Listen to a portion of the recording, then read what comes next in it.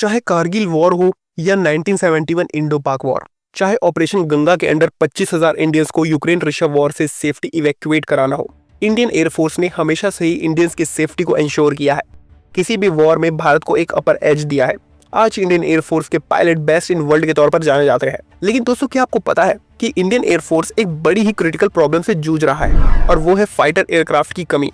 Indian air force काफी पुराने aircraft को कई सालों से यूज कर रहा है, और उन एयरक्राफ्ट को वो पिछले कुछ सालों से फेज आउट कर रहा है, चाहे वो MiG-21 हो या मिराज। भारत के कई सारे एयरक्राफ्ट पुराने हो गए हैं, जिसे भारत को डीकमीशन करना पड़ेगा, और इसी की वजह से भारत के पास फाइटर जेट्स की कमी हो गई है, जो कि भारत के लिए खतरे की घंटी है। कुछ रिपोर्ट के अनुसार आज भारत को टोटल 42 स्क्वाड्रन रखने की जरूरत है, सिर्फ चाइना और पाकिस्तान के लिए। दोस्तों, एक स्क्वाड्रन में 16 से 18 एयरक्राफ्ट आते हैं। भारत को नीड तो 42 स्क्वाड्रन की है, लेकिन भारत 30 स्क्वाड्रन भी मेंटेन नहीं कर पा रहा है। अभी 1-2 साल में और भी ढेरों एयरक्राफ्ट फेज आउट होने वाले हैं, जिस वजह से इंडियन एयरफोर्स के पास और भी कई सारे एयरक्राफ्ट की तंगी होने वाली है। आज भारत के पास एक्टिव फाइटर एयरक्राफ्ट में सुखोई 30 MKI, रफाल, तेजस, MiG-29, मिराज 2000 और यूके मिड जगुआर है। अगर आपने ध्यान दिया होगा तो इनमें से एक नाम तेजस भी है, जो भारत ने खुद बनाया है, जबकि इसका इंजन भी भारत ने यूएसए की कंपनी जनरल इलेक्ट्रॉनिक से लिया है।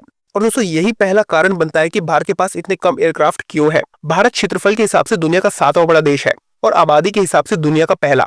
और अगर भारत की दुश्मनी देखी जाए तो 2 बड़े दुश्मन चाइना और पाकिस्तान भारत के अगल बगल में बैठे हुए हैं। एक तो हमसे कम ताकतवर है, लेकिन दूसरा आज अमेरिका को टक्कर दे रहा है।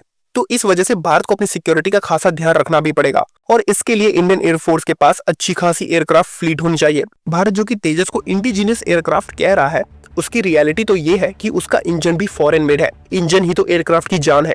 फिर हमने बनाया क्या? भारत आज तक अपना एयरक्राफ्ट का इंजन तक नहीं बना पाया है, जिस वजह से वो चाइना और बाकी वेस्टर्न कंट्रीज से एयरक्राफ्ट मॉडर्नाइजेशन के मामले में काफी पीछे रह गया है। भारत का कोई भी active aircraft fully made in India है ही नहीं। दोस्तों, अब आप ऐसा सोच रहे होंगे कि हालांकि भारत अभी खुद का इंजन नहीं बना पा रहा है, लेकिन भारत के पास पैसा तो है, भारत खरीद तो सकता ही है ना। लेकिन ऐसा नहीं है दोस्तों। इंटरनेशनल रिलेशन में कोई किसी का परमानेंट दुश्मन और परमानेंट दोस्त नहीं होता है। इसका एग्जांपल देता हूँ। रशिया को भारत का एक अच्छा दोस्त माना जाता है, लेकिन आज के टाइम में पुतिन इंडिया के बजाय चाइना को ज्यादा ध्यान दे रहे हैं। अगर चाइना और भारत एक किसी बड़े वॉर में जाते हैं तो पुतिन किसका साथ देंगे, भारत का कि चाइना का? तो आप अब इसमें भले सोच सकते हैं कि पुतिन भारत का साथ ही देंगे, तो शायद ऐसा नहीं है। आज भारत और रूस का ट्रेड लगभग $65 बिलियन का है, लेकिन वही रशिया और चाइना का ट्रेड लगभग $245 बिलियन का है। रशिया चाइना के ऊपर डिपेंडेंट है, क्योंकि रशिया का सबसे बड़ा ट्रेड पार्टनर आज चाइना है, और जब से रशिया पर डॉलर का बैन लगा हुआ है, रशिया चाइना से सारा ट्रेड युआन या रूबल में करता है। इवन भारत से भी वो कुछ ट्रेड युआन में कर रहा है। अगर चाइना और इंडिया की वॉर हुई तो भारत जो कि maximum fighter aircraft Russian made ही यूज कर रहा है, अगर भारत को चाइना से वॉर के समय एयरक्राफ्ट में किसी टूल की जरूरत पड़ी और चाइना ने रशिया को ये कहा कि भारत को मत दो, तो आपको क्या लगता है, रशिया भारत को सुनेगा कि अपने सबसे बड़े ट्रेड पार्टनर का बात सुनेगा? अगर भारत का सुन लिया तो ठीक, लेकिन अगर चाइना के प्रेशर में रूस ने भारत के लिए इक्विपमेंट्स की मदद नहीं की, तब भारत क्या करेगा? इसलिए भी भारत को एयरक्राफ्ट के लिए दूसरे पर निर्भर नहीं होना चाहिए।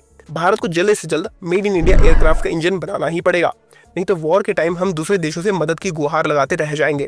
दोस्तों, साथ ही साथ मेड इन इंडिया इंजन तो दूर की बात है, भारत के पास आज के टाइम एक 5th जनरेशन फाइटर एयरक्राफ्ट भी नहीं है। आज भारत का सबसे बड़ा दुश्मन चाइना है। चाइना खुद के एयरक्राफ्ट का इंजन भी बना चुका है और 5th जनरेशन एयरक्राफ्ट भी बना चुका है। चाइना के पास आज 3300 के करीब फाइटर एयरक्राफ्ट है, जिसमें उसके पास कई सारे अत्याधुनिक फाइटर एयरक्राफ्ट भी हैं, जैसे J-20। हालांकि चाइना ने यूएसए और रशियन एयरक्राफ्ट की इंजन को कॉपी करके ही इसको बनाया है, लेकिन बनाया तो है। चाइना के पास 5th जनरेशन एयरक्राफ्ट के तौर पे J-20 और J-35 है, जिसमें स्टेल्थ टेक्नोलॉजी भी लगी हुई है। तो वहीं भारत का सबसे अत्याधुनिक एयरक्राफ्ट भी फ्रेंच मेड रफाल है, लेकिन वो भी 5th जनरेशन एयरक्राफ्ट नहीं है। रफाल 4.5th जनरेशन एयरक्राफ्ट है, और इसमें स्टेल्थ टेक्नोलॉजी भी नहीं है। आज भारत 5th जनरेशन एयरक्राफ्ट दूसरे देशों से खरीदने और एक्वायर करने में भी जूझ रहा है। तो वहीं चाइना दिसंबर 2024 में 6th जनरेशन फाइटर एयरक्राफ्ट बनाकर रेडी कर चुका है, जिसका नाम J-36 रखा गया है। भारत के पास सबसे अत्याधुनिक विमान रफाल है, जो कि 4.5th जनरेशन का है, और भारत के पास महज ये सिर्फ टोटल 36 है। चाइना के पास J-20 जो 5th जनरेशन एयरक्राफ्ट है,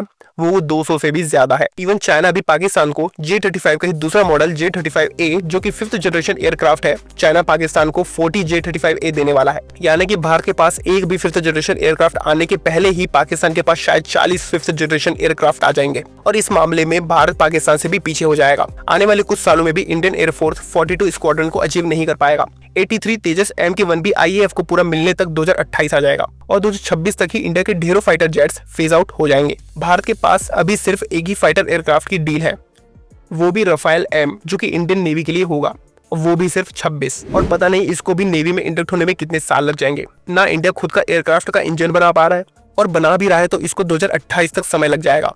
और नहीं भारत के पास इतना बजट है कि वो कई सारे एयरक्राफ्ट एकदम से दूसरे देशों से प्रोक्योर कर ले। चाइना को मिलिट्री में टैकल करने के लिए भारत को अपने मिलिट्री बजट को भी कम से कम $100 बिलियन करने की जरूरत है, क्योंकि चाइना का मिलिट्री बजट आज $300 बिलियन पहुंच चुका है और भारत का महज 70 से 75 बिलियन के बीच वेरी करता है, यानी कि लगभग 6 लाख करोड़ रुपए, और उसमें भी लगभग 2 लाख करोड़ रुपए सीधे आर्मी को जाता है, और इंडियन नेवी को 32,000 करोड़ और इंडियन एयरफोर्स को 46,000 करोड़ रुपए। और इस 46,000 करोड़ में से सिर्फ 15,000 करोड़ ही एयरक्राफ्ट परचेजिंग के लिए गवर्नमेंट अलॉट करके रखती है। तो इससे आप अपने स्क्वाड्रन को कैसे मेंटेन कर पाओगे? बाकी पैसे सैलरी और पेंशन में जाते हैं। हालांकि IAF चीफ ने कहा कि इंडियन एयरफोर्स ट्रेनिंग और वॉर सिचुएशन में चाइनीज एयरफोर्स से बेहतर है, लेकिन उन्होंने माना है कि चाइना के इक्विपमेंट्स भारत से कहीं ज्यादा बेहतर है।